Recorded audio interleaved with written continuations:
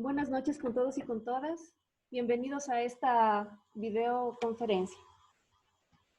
Dos motoristas. 20% dos acidentes de trânsito no Brasil estão associados a motoristas que dormem. Un momento, por favor.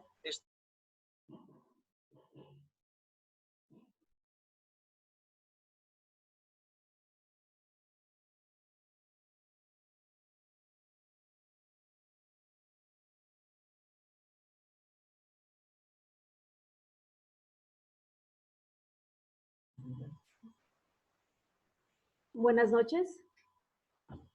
¿Pueden escucharme todos? Sí, doctora, buenas noches. Sí, doctora. Buenas noches. Muchas gracias. Como les decía, bienvenidos todos a esta nueva videoconferencia. Hoy hemos invitado al doctor Vladimir Basante,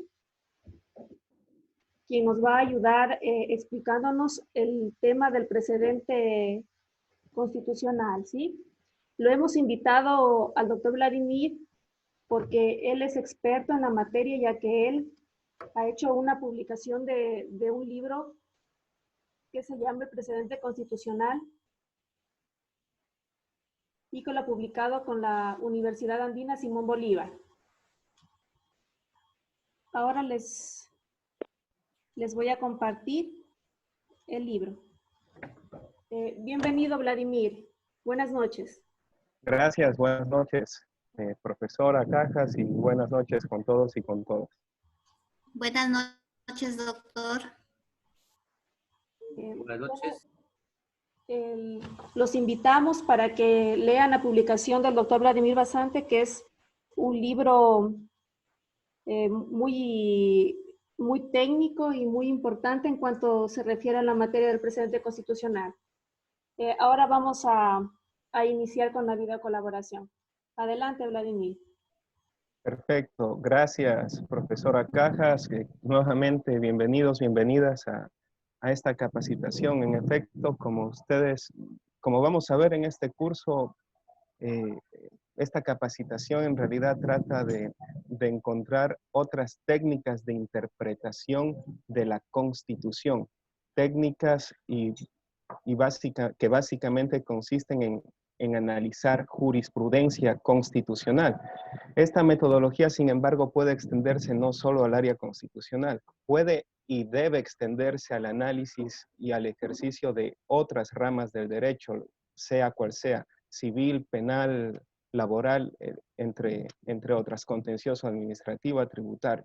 ¿Por qué? Porque, como vamos a ver, el uso de jurisprudencia no es sino un llamado a la racionalidad, por un lado, de las decisiones, y un llamado a la igualdad en la aplicación de la ley y en la administración de la justicia, pero también es un llamado a quienes ejercemos el derecho, la abogacía en general, a que nuestros escritos o nuestros artículos no se refieran específicamente o solo se refieran al contenido de la ley, más una y otra deducción que podamos sacar de nuestra experiencia, por así decirlo. Es básicamente eso. Es también, hay que tener en cuenta que la técnica del precedente constitucional tiene, por así decirlo, un aspecto un poquito más amplio, parte desde la interpretación constitucional en general. Y la interpretación constitucional, pues, es un aspecto más bien amplio en la ciencia jurídica en general, pero también es un aspecto novedoso, por así decirlo, aunque ya tendrá sus 70 años en el mundo de la interpretación constitucional en particular, desde el nacimiento de esta disciplina, por decirlo de alguna manera. Entonces, hay que tener en cuenta esos aspectos. Hoy vamos a referirnos a la interpretación constitucional y al manejo del precedente constitucional en general sobre la base de un texto. Tengamos en cuenta que toda nuestra disciplina está referida en textos y eso es importantísimo. Pues bien, ¿cuál es ese texto al que le vamos a poner atención hoy en particular? Es un texto del autor Diego Eduardo López Medina, Es un texto en el que vamos a aprender pues estas técnicas, con el que vamos a aprender estas técnicas de interpretación constitucional. Bien, algunos piensan, y esto es así, que el derecho como tal es una disciplina, es una teoría, pero también es, ¿se visualiza el PowerPoint? ¿Me Sí, confirman? doctor. Sí, sí, se visualiza. Perfecto. Pues bien, la interpretación de las normas jurídicas en general y de la Constitución en particular es un arte y una teoría. Es un arte, ¿por qué? Porque ustedes habrán visto en el texto de Diego López, nos dice que la interpretación como tal, no solo de textos jurídicos, sino de los textos en general y de la música también en general. Y cuando hablemos del texto jurídico, de los textos jurídicos, algunos lo pueden considerar como un arte, pero otros también lo pueden considerar como una teoría. Y efectivamente, los que piensan que es un arte y efectivamente puede ser un arte, el arte de interpretar, pues quiere decir esto de interpretar o de referirnos, de analizar inclusive los grandes textos, las grandes experiencias de la antigüedad, así también con los grandes textos y esas grandes o magníficas experiencias de los tiempos presentes o de la actualidad. El, el tema es bastante importante. ¿Por qué? Porque ustedes habrán visto que un sí o un no de cualquiera de nuestros contertulios o contertulias puede significar muchas cosas o podríamos interpretar de aquello también muchas cosas. Básicamente, en el mundo no solo jurídico, la interpretación ha pasado por, brevemente, claro está, por dos escenarios. Aquellos que pensaban que la interpretación consistía básicamente en realizar una exégesis de los textos jurídicos. Esto implicaría, por ejemplo, que el derecho en general, las disciplinas en general, podrían haberse resumido en un diccionario. Esto es, para conocer el significado de la ley, de una ley, no de la ley como concepto, para conocer el significado de la Constitución, bastaría con referirnos, con consultar un diccionario. Y ustedes saben que esto quizás podría sorprender a un lego en derecho. Pues, ¿por qué? Porque el diccionario de alguna forma va a establecer el significado de algún término jurídico, por así decirlo. Pensemos en términos como posesión, delito, pensemos en términos como propiedad, pensemos en términos como derecho. Pero otros han pensado que el arte de interpretar es algo más y es algo más en el sentido de que amerita una reflexión de los textos como tal, de los textos. Quienes afirman esto, pues están afirmando que el derecho en general y las disciplinas también en general necesitan una explicación hermenéutica. Esto que les estoy diciendo no es que se me viene a la mente o se los estoy planteando porque sí. Esto que les estoy diciendo tiene una base. ¿Cuál es? Es la base de muchos autores que han construido de alguna forma esta disciplina consistente en la interpretación en general. ¿Cuáles son? Hay algunos muy conocidos, fundamentalmente alemanes, los vamos a ver, y también norteamericanos. Ustedes recordarán a Savigny. Savigny es muy conocido en nuestro medio porque a él se le atribuyen los métodos de interpretación jurídica. Y es muy conocido también porque si nosotros revisamos el Código Civil, vamos a ver que quizás en este artículo, en el artículo 18 del Código Civil, se establecen prácticamente los métodos que él planteó ya en el siglo XIX. Lo que no y lo que debemos saber desde ya es que estos métodos, si bien los podemos usar, pero han existido profundos avances en la ciencia jurídica en general que nos permiten afirmar que no son los únicos, no son excluyentes, pero es necesario conocerlos. Él decía que la interpretación consiste en el arte de observar, de la experiencia que podemos tener con respecto a interpretar un texto. Pero la teoría consistía en la sistematización que ello podía implicar. Bien, esta teoría, como habíamos visto, se importó pues a Latinoamérica. Se importó particularmente con la obra de Andrés Bello, y que los que conocen pues de esta disciplina saben que es la versión civilística francesa de esta metodología, eh, de estos criterios interpretativos que planteó Savigny. Desde Savigny ya se sabía que estos métodos no debían escogerse al gusto.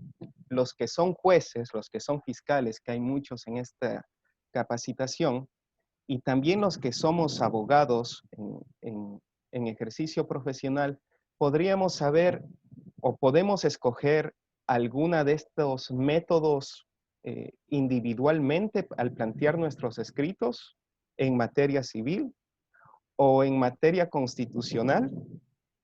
Sobre estas cuestiones vamos a reflexionar un poquito más adelante. Bien, posteriormente a este señor llamado Savigny, von Savigny en realidad, un señor también alemán le realizó una crítica. Decía que lo que debemos atender nosotros no es a los conceptos, al diccionario, por decirlo de alguna manera,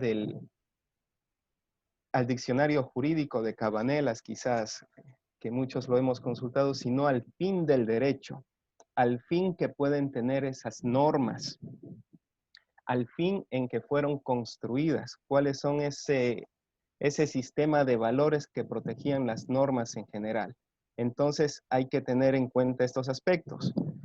Savigny y Jering, que al menos desde la teoría son bastante importantes. Este último decía que se debería inclusive, ojo, sacrificar el texto, la historia o la lógica o el sistema.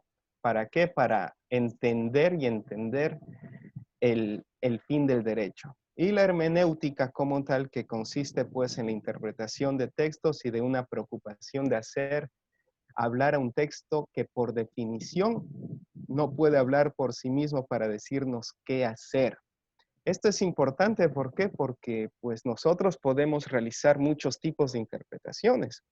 Un texto de 10 años como la Constitución ecuatoriana, creemos nosotros que sus autores podrían haber estado de acuerdo con que se reconozca actualmente el matrimonio entre parejas del mismo sexo. Este es un tema ya bastante trillado, pero vale la referencia. ¿Qué hace una interpretación mejor que otra? ¿Qué distingue a una interpretación buena de una interpretación que no es buena? En el campo musical, por ejemplo. En el campo religioso, ¿cómo se interpreta de mejor manera la Biblia, por ejemplo? ¿Cuál es el significado de términos como dar a Dios lo que es de Dios o al César lo que es del César? ¿O cuál es el significado de amaos los unos a los otros? En este espacio, espero que vamos a escuchar brevemente dos versiones de dos canciones. Después vamos a analizar los otros temas. Y quiero, por favor, que ustedes me digan brevemente, después de escuchar, cuál es la mejor versión. Veamos. Escuchemos.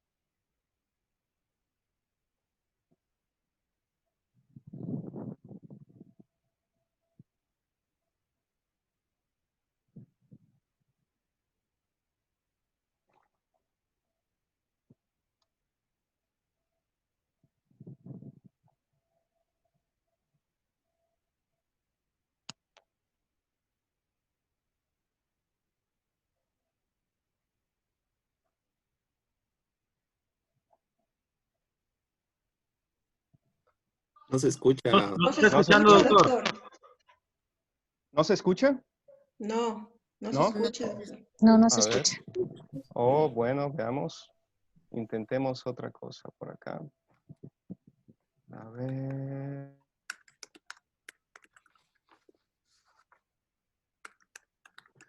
¿Nada? No se escucha. ¿Se escuchó algo? No se escucha. ¿No? Bien. Bueno, no importa. Son problemas que a veces pueden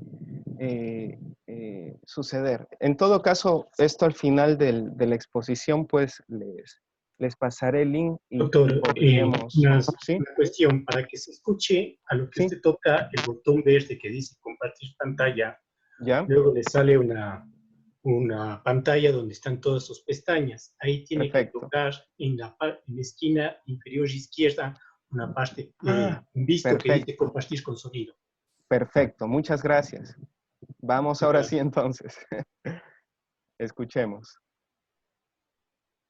¿Me confirman, por favor? Listo, ahí. Ahora sí. Ya, listo. Vamos. Para tus ojos verdes, amor, de caña verde, para tu piel dorada, mi ser, de espiga sembrada. Para tus ojos verdes, amor, de caña verde, para tu piel dorada, mi ser, de espiga sembrada. Para ti mi canción bajará la quebrada, ojalá llegue al río donde estás amada y te diga al oído que el cañal me ha soplado y que he quebrado mis versos de amor para decirte mía. Bien, vamos con la segunda.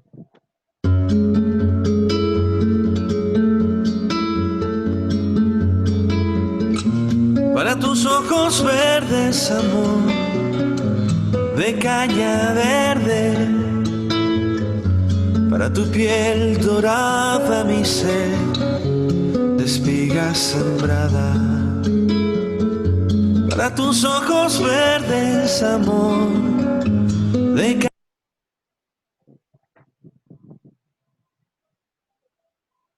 Hola, hola, ¿me escuchan? Doctor, sí se le escucha. Escuchamos. Ya. Bien. A ver, veamos. Volvemos al... Perfecto. Bien. Ahí, entonces vamos a tener en cuenta, y lo vamos a comentar en un momento, cuál de las dos creen ustedes fue la mejor interpretación posible. Y les planteo de entrada otros ejercicios. La interpretación jurídica y artista, ¿podríamos compararla? ¿Podríamos decir que si interpretar una melodía y en este caso asignarle un valor, es lo mismo que interpretar el derecho? Vamos a ver, por ejemplo, si las formas de interpretar, ¿cuáles son las formas de interpretar correctamente la Biblia? En lo que se refiere a la edad de bautismo, las transfusiones o el servicio militar. Entonces, yo les pregunto ahora, en cuanto a la música, ¿qué interpretación les pareció mejor, por un lado? Y si hay una forma correcta de interpretar o no la Biblia, por favor, brevemente, el que desee participar. Doctor, Ujú.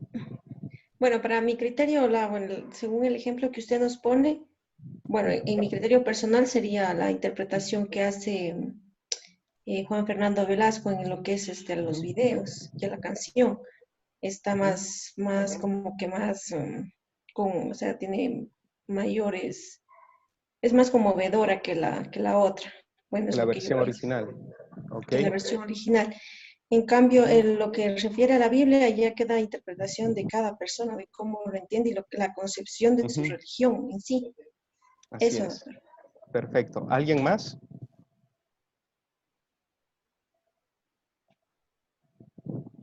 ¿Está por allí Bismarck quizás? ¿Alguno de los jueces que hay en el curso? Doctor, buenas noches, gracias por la oportunidad. Por favor.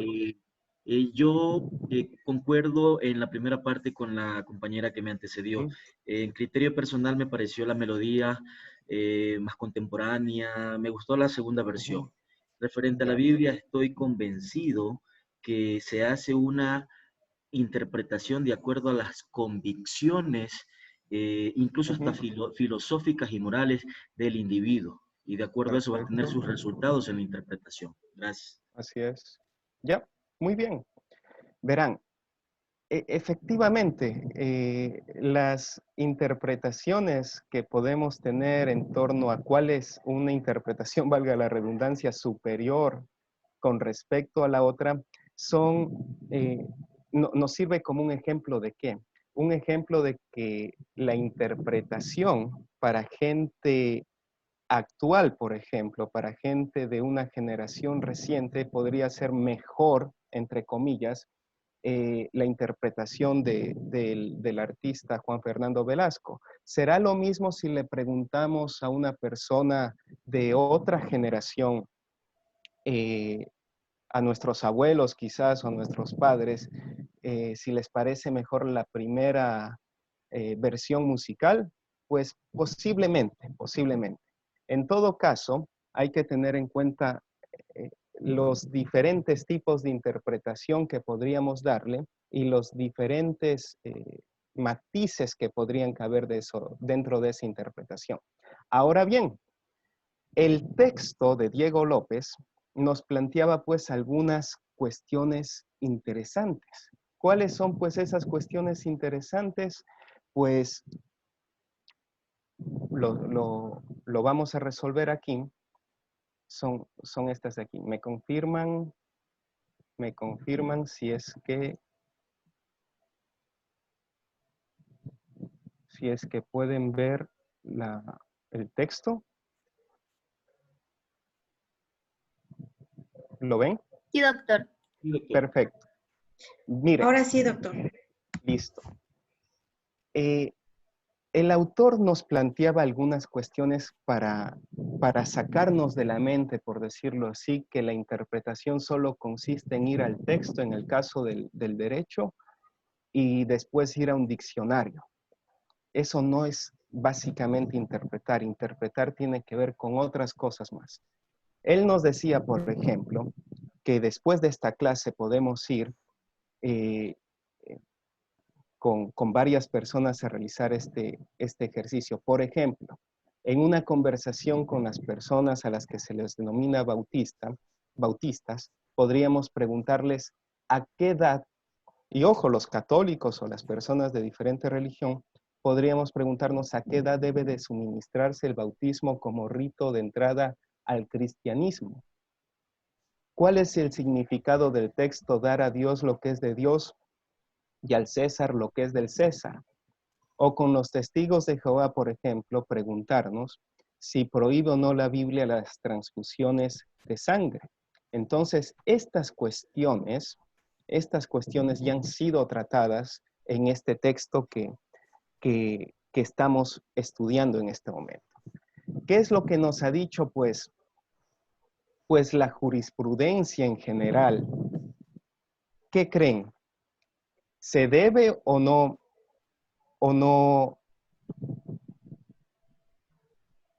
en este caso? Un momento. ¿Qué pasa? Ya. ¿Qué pasa? ¿Sí? ¿Y tu papá? Bien. Entonces, hay que tener en cuenta estas cuestiones. Les pregunto a ustedes, ¿cuál es el significado, pues, de la frase a Dios lo que es de Dios y al César lo que es de César? ¿Alguien que quiera compartir su visión?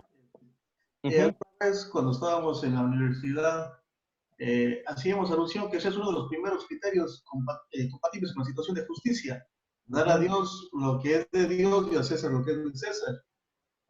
Compatibles con otros criterios como el hecho de dar a cada quien lo que le corresponde. Entonces, uno de los primeros criterios de justicia que habíamos analizado en los primeros años de universidad precisamente nació partida del hecho de la frase de dar a Dios lo que es de Dios y a César lo que es de César. Ese es mi criterio y es lo que recuerdo, doctor. Perfecto. Bien. Muy amable. Muchas gracias, Ronald. Bien. Entonces, el texto como tal nos va a decir otras cuestiones. Tengamos en cuenta estos dos aspectos, ¿no? El de la mejor forma de interpretar la Biblia. Bien. Sin embargo, la interpretación de la Constitución, pues es una materia, por decirlo así, nueva. Surgió, como ustedes conocen, después de la Segunda Guerra Mundial, en el que pasó algo súper importante en nuestra disciplina. La Constitución se volvió norma jurídica, ya no tenía solo el carácter de norma política. Esto es bastante importante, ¿por qué? Porque anteriormente, la supremacía de la Constitución se traducía en una supremacía de la ley, en un estado de cosas, por llamarlo de alguna... No se escucha, doctor. ¿No se escucha? ¿Aló? Hola, hola. ¿Me escuchan? Sí, lo escuchamos, doctor. Sí, sí se escucha, sí se escucha. Se escucha. ¿Sí? Perfecto. Sí, estamos escuchándolo bien. Perfecto. La supremacía de la Constitución se traducía en una supremacía de carácter legal. En ese sentido, el Estado como tal de cosas, no solo en Ecuador, ojo, hablamos de la teoría vigente en aquel tiempo, en un Estado legocéntrico. Este Estado legocéntrico se modificó cuando irrumpió como ustedes conocen, principalmente en Estados Unidos, claro está, el principio de soberanía popular, reemplazando al principio de soberanía parlamentaria. En otras palabras, bajo el principio de soberanía parlamentaria, era el intérprete autorizado de la Constitución el legislador. Con el principio de soberanía popular, el intérprete de la Constitución era un juez que en el caso de Estados Unidos, pues era principalmente el tribunal, la Corte Suprema de Justicia. ¿A través de qué herramientas? A través de la Judicial Review o del control de constitucionalidad de la ley que ustedes conocen. ¿Por qué? Porque no es lo mismo interpretar la ley que interpretar la Constitución.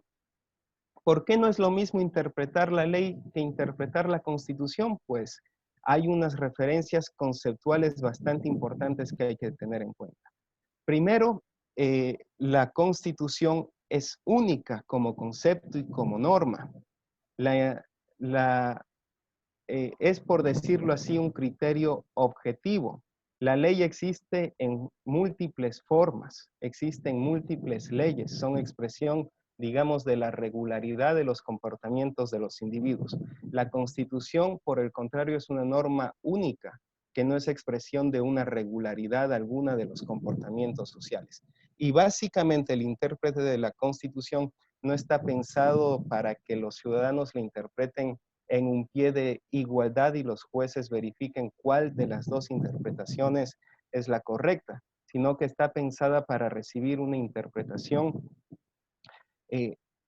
políticamente controlada en su manifestación y en última instancia por un órgano ad hoc, en nuestros casos pues es la Corte Constitucional, digamos el orden o el tribunal ad hoc. Bien, ¿cómo interpretamos la Constitución? La metodología que básicamente tenemos consiste en tres prácticas. Primero, el textualismo, que como ustedes conocen, pues consiste en hacer una exégesis del texto legal o del texto constitucional. Sin embargo, esta técnica pues no da cuenta del sentido de la Constitución, pero ojo que es el comienzo. Perfecto, Andrea. El historicismo que consiste en una suerte de valores históricos y en uso de actas para saber el pensamiento de los creadores. Ojo, es posible saber el sentido de las normas a través de el sentido de las normas constitucionales, en nuestro caso, consultando las actas de la Asamblea Constituyente, por ejemplo, y la otra técnica, que es la interpretación sistemática o finalista, pues que consiste en averiguar el propósito o valor que se busca proteger. No es la intención del legislador o del constituyente, sino de los valores contemporáneos que pueden asegurar esa norma. Por ejemplo, Hart, un gran teórico que ustedes conocen, señalaba, por ejemplo, que un aviso de prohibido vehículos en un parque, ¿qué puede implicar? Puede implicar una bicicleta, que es un vehículo, puede implicar una moto, que es un vehículo, puede implicar también un automóvil, que es un vehículo. ¿Cuál es el valor? ¿Cuál es el valor de prohibir la circulación de vehículos en un parque? Quizás la seguridad. ¿Por qué? Porque si nos atenemos al sentido textual de esa prohibición, pues veremos que no es suficiente. Hay que ver el fin, nos dice el autor. Y la sistemática, que consiste pues en tener presente no solo una, sino las varias normas, fines o valores constitucionales que pueden verse inmersos en una determinada problemática. Bien, en este punto vamos a revisar lo que nos ha dicho pues la jurisprudencia en este sentido. Vemos, por ejemplo, con respecto al caso del, aquí está, de cómo se ha interpretado de alguna forma disposiciones que pueden considerarse algo controversiales.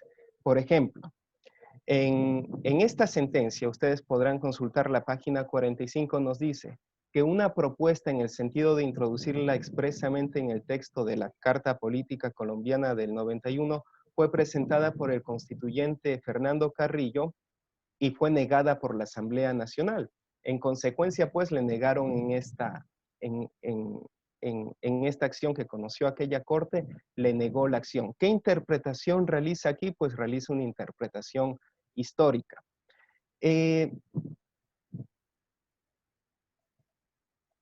Veamos otra norma, por ejemplo. ¿Se debe o no se debe acudir al servicio militar obligatorio? Vladimir, disculpa ¿Sí? que te interrumpa. Claro. Ya que al final vamos a hacer un control de lectura para los estudiantes, entonces por favor evitemos dar las respuestas. Perfecto, perfecto. Seguimos entonces. Listo. Hay que tener, gracias Andrea, hay que tener en cuenta esas cuestiones. La otra forma de interpretar, ojo, que podemos reconocer en las sentencias en nuestro caso, en los textos jurídicos, podemos reconocer cuando estamos haciendo interpretaciones textuales, cuando estamos haciendo interpretaciones finalistas, cuando estamos haciendo interpretaciones sistemáticas. Y ojo también, cuando estamos haciendo especies de ponderación, de balanceo o cuando estamos haciendo test. Veamos esto.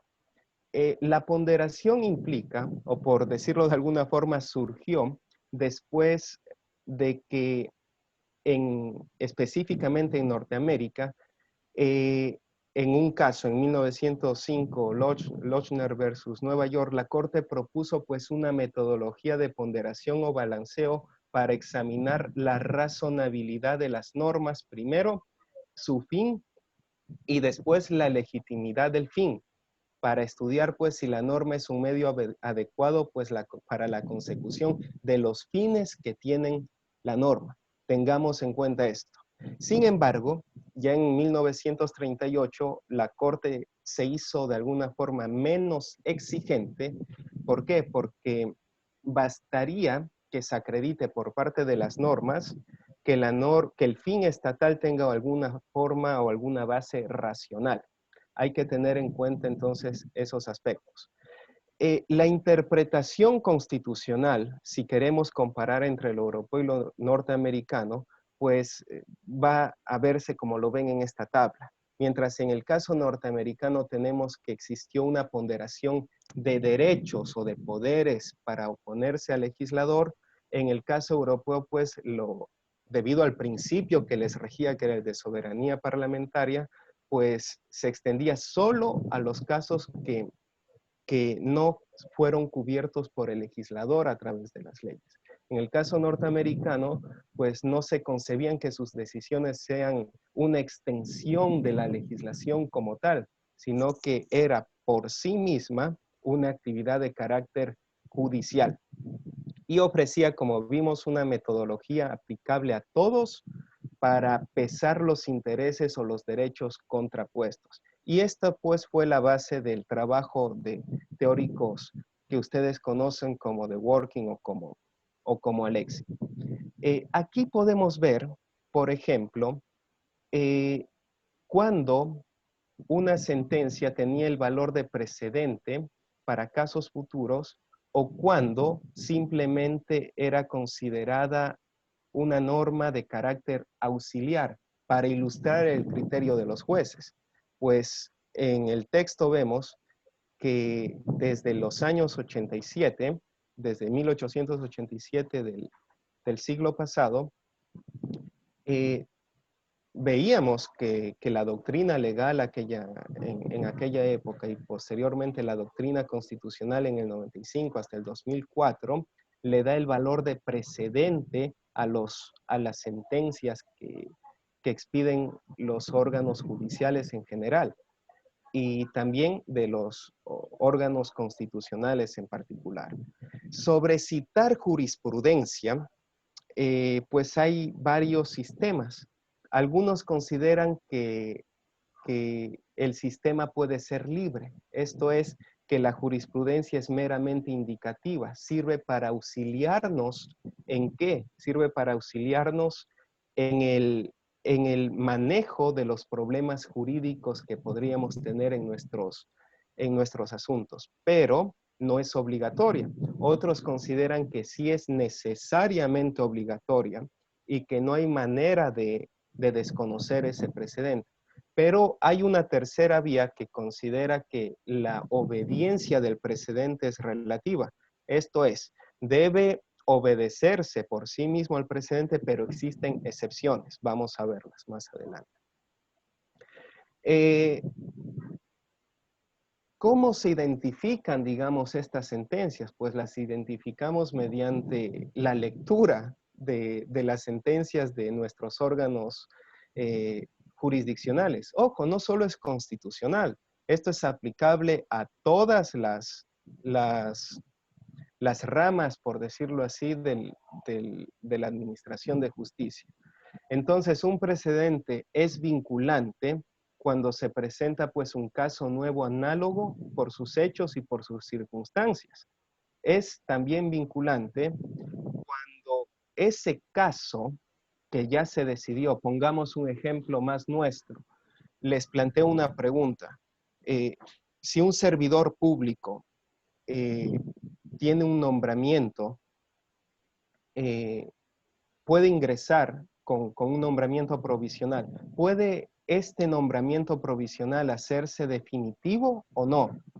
Digamos que la Corte Constitucional, y de hecho ya lo dijo, estableció que solo se puede ingresar permanentemente al servicio público a través de un concurso de méritos y oposición.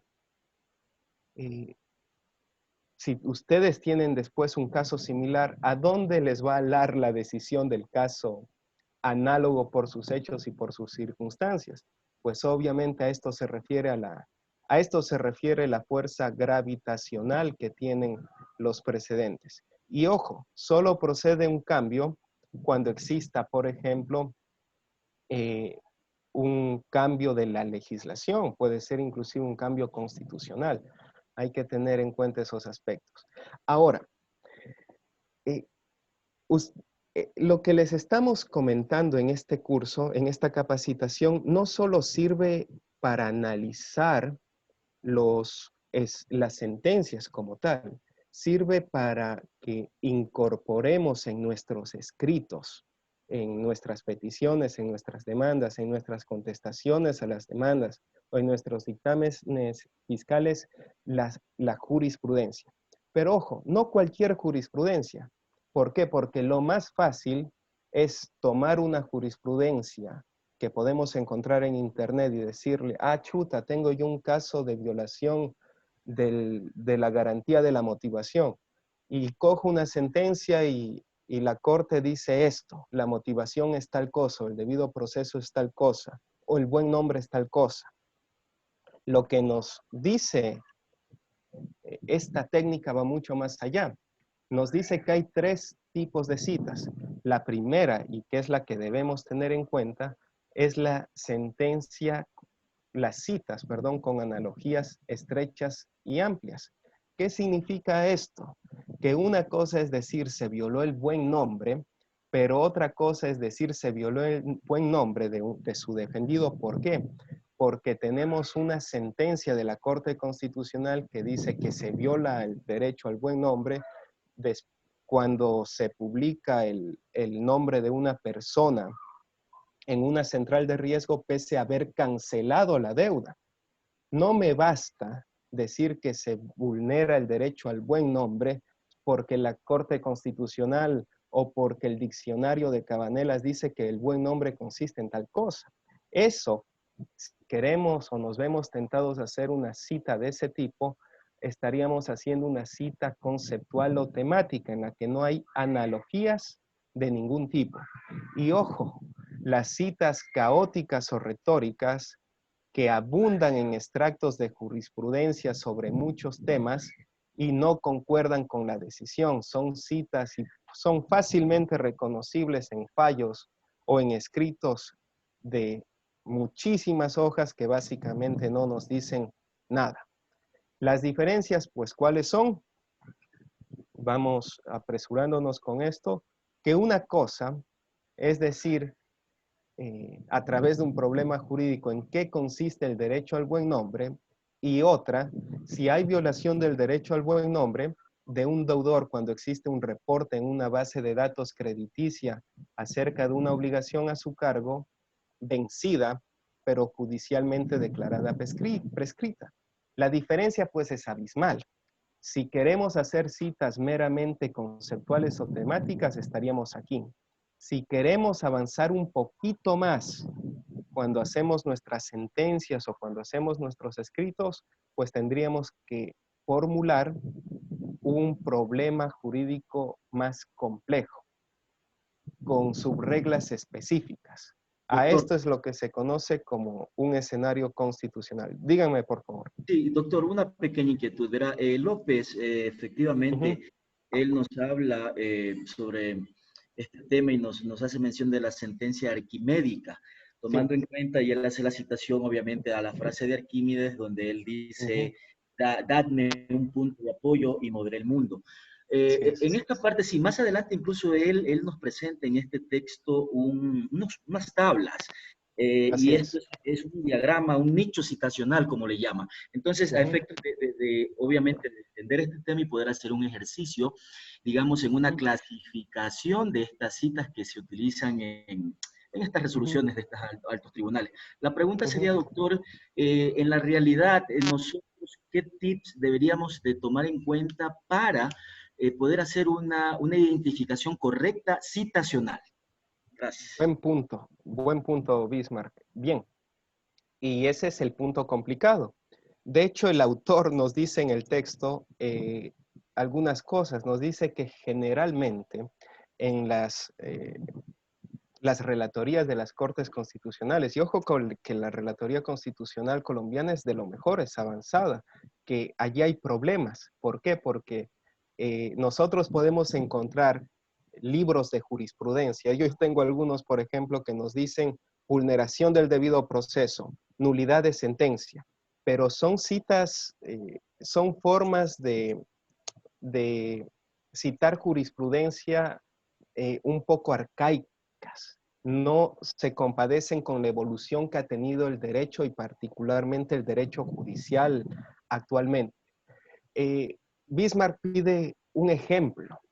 Pues el ejemplo que le podríamos práctico, brevemente, Andrea, me tomo entre paréntesis unos 4 minutos aquí, es el siguiente.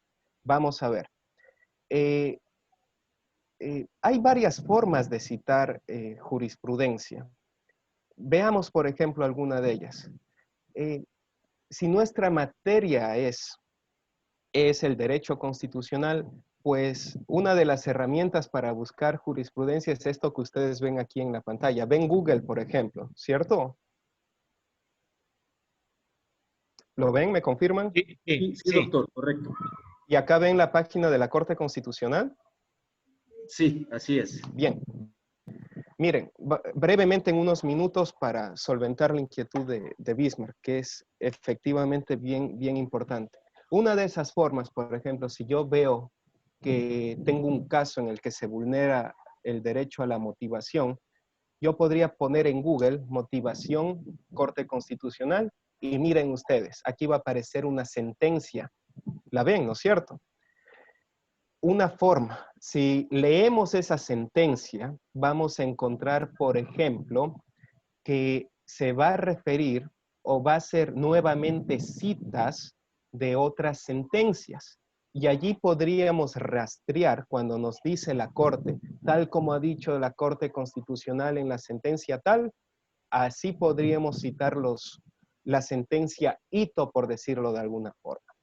Una herramienta, ¿cuál es? Utilizamos Google, una herramienta económica, si no disponemos de Silego, de Fiel, por ejemplo.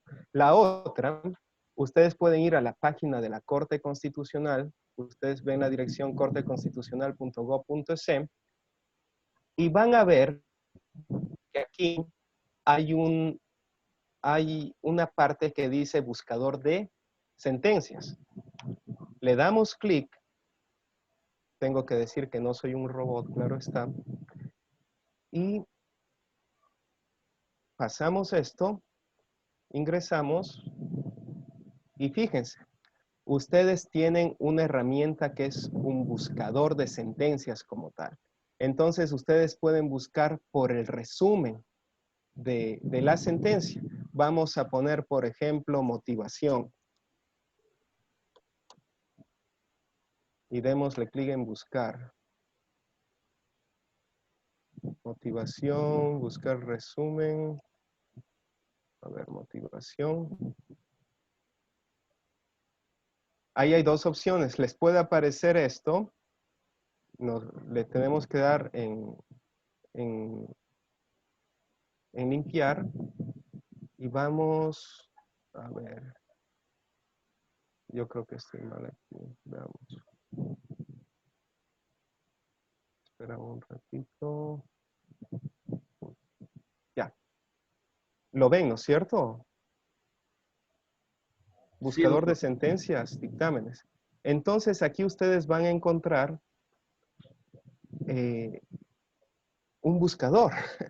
Entonces ustedes pueden poner motivación, le damos clic en buscar y les van a aparecer, ¿cuántas sentencias?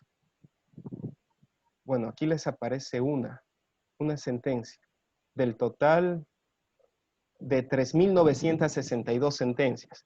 Entonces pueden buscarlo de esta forma. El trabajo de ustedes, de todos los que hacemos demandas o contestamos demandas, va a consistir en ¿qué? En que una vez que tengan esa sentencia, ustedes van a tener que encontrar no solo esto que dice la motivación, tiene que reunir el parámetro de razonabilidad o de, les voy a mostrar el texto, de razonabilidad que está aquí, o de lógica o de comprensibilidad, que de paso me adelanto es uno de los test de motivación que últimamente ya la Corte no lo ha utilizado mucho, pero tienen que encontrar la analogía o los hechos por los que se aceptó o se negó esa demanda. Y obviamente es un trabajo bastante complicado. ¿Por qué? Porque demanda bastante tiempo. Bien, así podríamos hacer un mapa, como señalaba Bismarck, de las sentencias hito que se han escogido como fundamentales dentro de esa problemática, dentro de ese problema jurídico existente. ¿Sí? Doctor, una ¿Escucho? pregunta. A propósito de los ejercicios que planteaba Diego López, en una parte nos pregunta si es que existe alguna obra maestra en la jurisprudencia. Mi pregunta en este caso sería en la jurisprudencia ecuatoriana. Si es que usted nos puede ayudar con algún ejemplo que se pueda considerar como una jurisprudencia obra, como tal. ajá, con una buena interpretación. Eso es lo que no existe por el momento. Hay varias publicaciones en la Corte Constitucional en los que se han recogido fallos, que ustedes pueden consultarlo tal como vimos en la página de la Corte Constitucional. Hay algunos, no es que no hay, que estén recogidos en la manera en el que constan en la lectura haciendo analogías de hechos, no solo analogías conceptuales. Ese es el punto. El punto que tenemos para nuestro ejercicio como tal, para el ejercicio del juez o para fundamentalmente los abogados que hacemos demandas o que las contestamos o que administramos justicia, es el siguiente, que tenemos que encontrar, ojo, debemos de pasar de hacer demandas en las que solo citemos el diccionario o la ley, a hacer demandas o contestar demandas, hacer sentencias con jurisprudencia. Esa es la técnica de la que nos habla el profesor Diego López. Ustedes pueden ver en la página de la Corte Constitucional, también pueden encontrar al respecto, hay guías jurisprudenciales. Una se hizo, si mal no recuerdo, en 2001, 2011, perdón, o 2010. Hay una que salió en 2017, si no estoy mal. Pero en todo caso pueden encontrarla allí, digamos, compilados de jurisprudencia. Y después de aquello, nosotros, ¿sí? Perdón que te interrumpa. En el examen oral, los estudiantes deben identificar si las sentencias que deberán problematizar son parte de líneas jurisprudenciales. ¿Qué les recomiendas a los estudiantes para estudiar las sentencias que les sean asignadas? Perfecto. Básicamente tenemos que identificar muy bien los hechos. Primero, siempre son los hechos. ¿Por qué llegó esa acción a la corte, a alguna corte, y el porqué de esa sentencia? Una vez identificados los hechos, debemos analizar qué dijo la corte o las cortes sobre esos hechos. Y si esos hechos, puede ser que había un caso muy emblemático, recuerdo, que referente al derecho a la propiedad, que tiene dos dimensiones, por ejemplo. Y el derecho a la propiedad no es justiciable siempre vía constitucional, al igual que el derecho al trabajo. Pero cuando hablamos del derecho a la propiedad, en ese caso, se veía, por ejemplo, que el municipio de Quito hace ya algunos años había derribado una casa. Derribó esa casa sin que se les haya notificado a las personas que allí habitaban, entre ellos adultos mayores. La pregunta era si eso vulneraba esa situación, el derribamiento de una casa mientras estaba habitada por adultos mayores, vulneraba o no el derecho a la propiedad de estas personas. Entonces tendríamos que analizar en esa sentencia qué se dijo. La Corte dijo, efectivamente, se vulnera el derecho a la propiedad en su dimensión social, por ejemplo. ¿Por qué? Porque aquí estaban adultos mayores, nunca se les había notificado, por ejemplo. Allí teníamos, si tenemos esta sentencia, podríamos ubicarla aquí. La primera sentencia.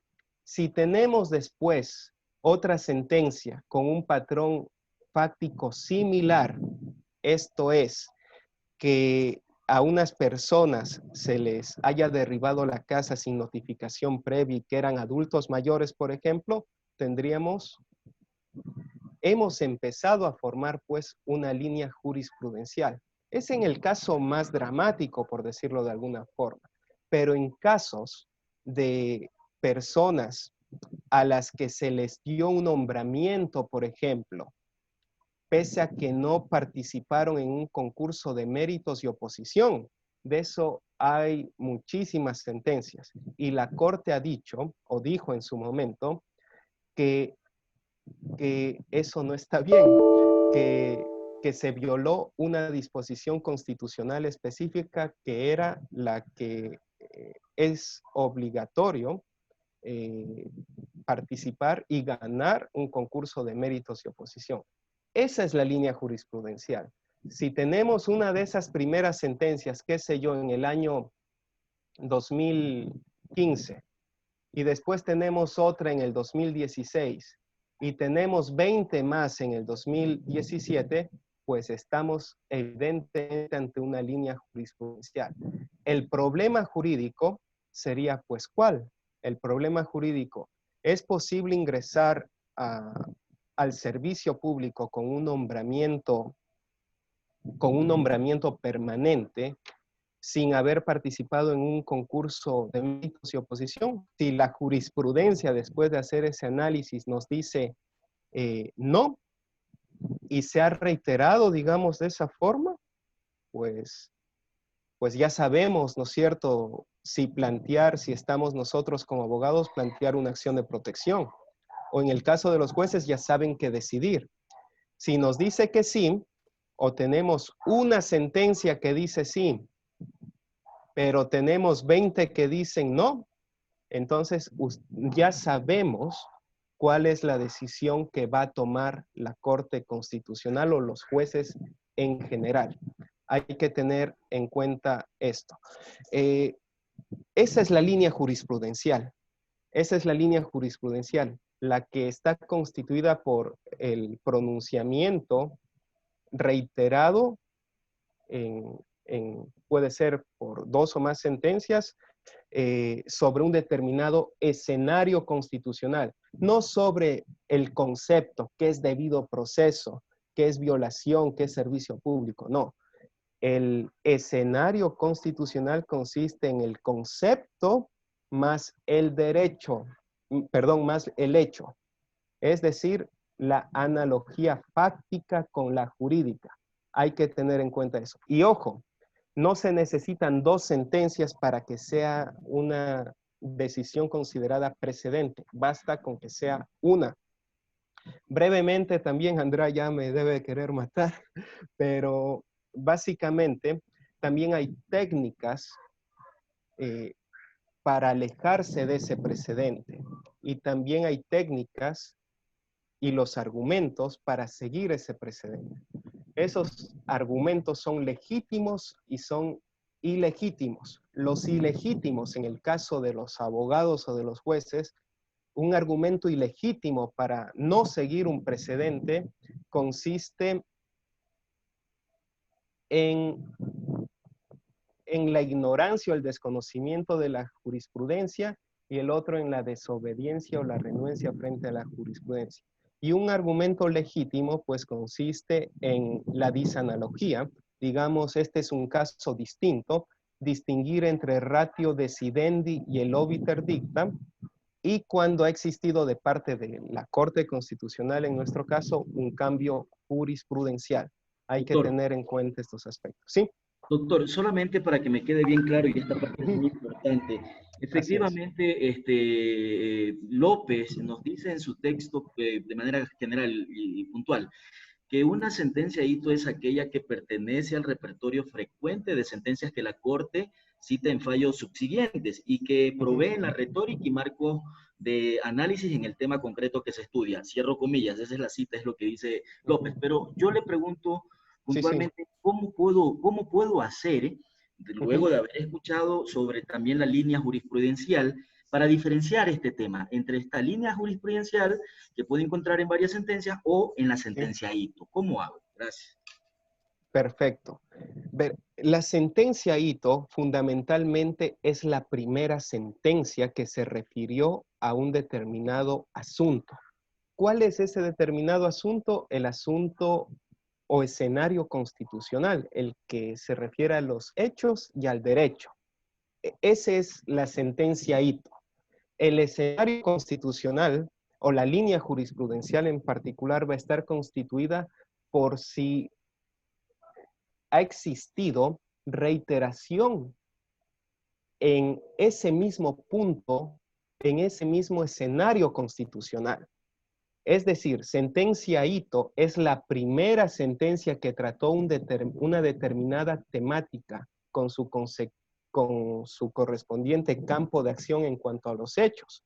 Y la línea jurisprudencial va a consistir pues en la reiteración o el alejamiento que puede verse con respecto a ese desarrollo jurisprudencial. Eso es básicamente en líneas generales en lo que consiste pues la sentencia Ito, el escenario constitucional y la línea jurisprudencial en particular. Y la ratio decidendi pues que obviamente no toda la sentencia es vinculante, sino solo son, ojo, aquellos elementos que sirvieron para decidir en el caso. Eso hay que tener muy, muy en cuenta. Bien, eso es, Andrea y estimados compañeros, compañeras, un gusto nuevamente estar con ustedes. Andrea, te pasaré a ti el enlace por si los estudiantes desean realizar alguna otra observación. Ok, muchas gracias, Vladimir. Muchas gracias con todos. A ustedes. Por participación. También me permito saludar a Enrique, que es el profesor del otro paralelo. Mis disculpas, Enrique. Al inicio no te saludé, no me percaté de que estabas ya presente. Gracias, Andrea. Igual un saludo cordial a todos los presentes. Gracias, doctor Vladimir, por su genial exposición. Un gusto, gracias a todos. Gracias, Vladimir. Hasta otra oportunidad. Pasen bien. Bueno, estimados estudiantes, los invito a que entren por favor en el Canvas, entren al link de evaluaciones, allí van a encontrar el control de lectura, que deben desarrollarlo en un tiempo de 20 minutos. Doctora. Sí, dígame, Gabriel. Doctora, muy buenas noches.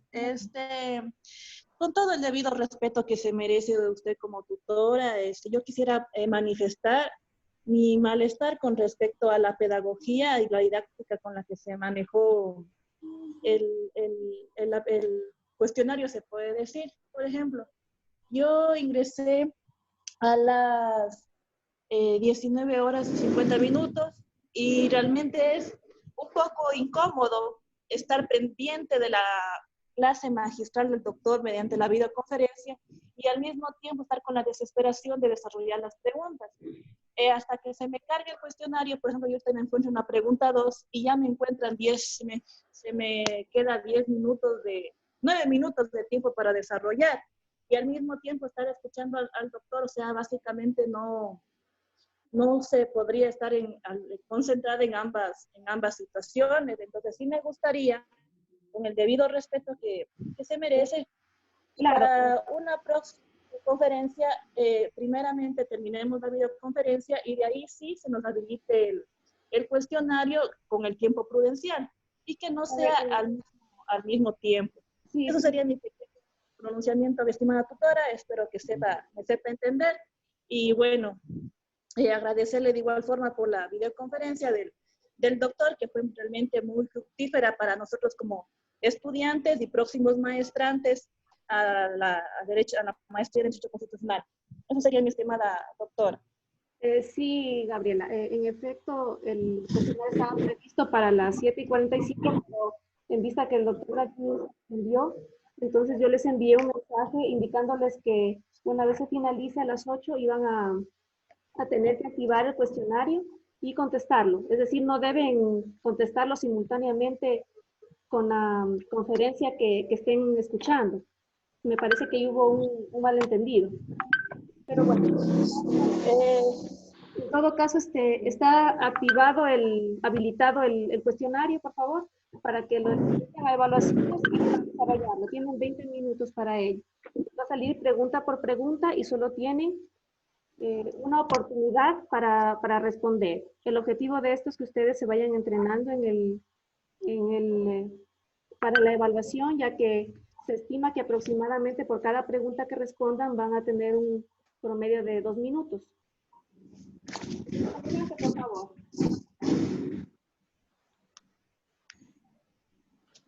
Buenas noches con todos. Buenas noches, gracias. Muchas gracias, doctora.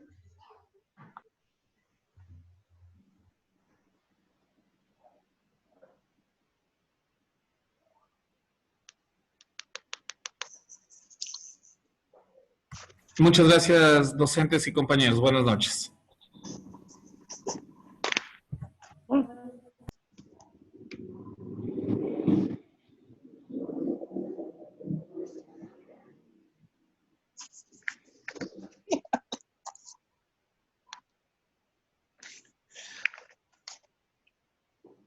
Dice Dalí, debemos saber que la impracticabilidad de la gestión de la conciencia servicio militar en cualquiera de sus modalidades en aquellos sistemas constitucionales que no han consagrado, como acontece en el caso colombiano. Una propuesta en el sentido de introducción es expresamente que el texto de la Carta de 1991, presentada por el constituyente Fernando Carrillo, más de 6 minutos, ya se fue.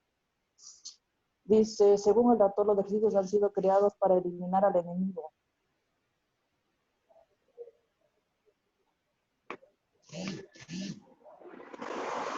A ver.